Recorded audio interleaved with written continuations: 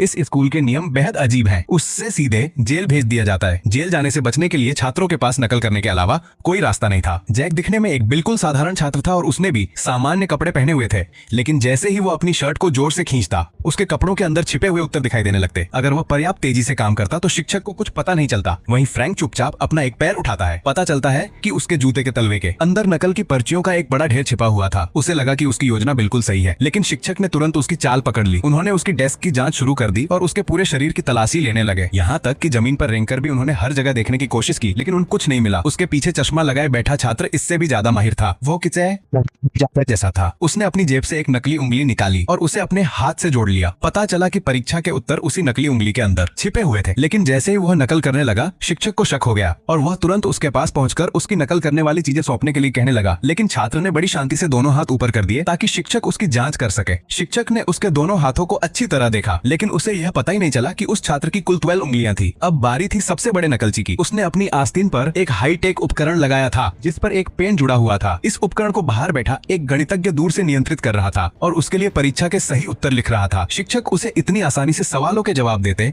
देखकर हैरान रह गया। उसे समझ नहीं आ रहा था कि यह बेवकूफ छात्र अचानक जीनियस कैसे बन गया। तभी एक तेज रोशनी दिखाई दी और शिक्षक का ध्यान उसकी तरफ चला गया। उसे लगा कि कोई व्यक्ति नकल के इमारत की ओर भागा, लेकिन वहां पहुंचने पर पता चला कि वह सिर्फ एक सफाई कर्मी था जो खिड़कियां साफ कर रहा था। आखिर में इतनी कड़ी निगरानी के बावजूद सभी छात्र परीक्षा में पास हो गए। तो बताओ, तुमने नकल करने की कौन कौन सी तरकीबें इस्तेमाल की हैं? अपने विचार कमेंट में जरूर बताओ।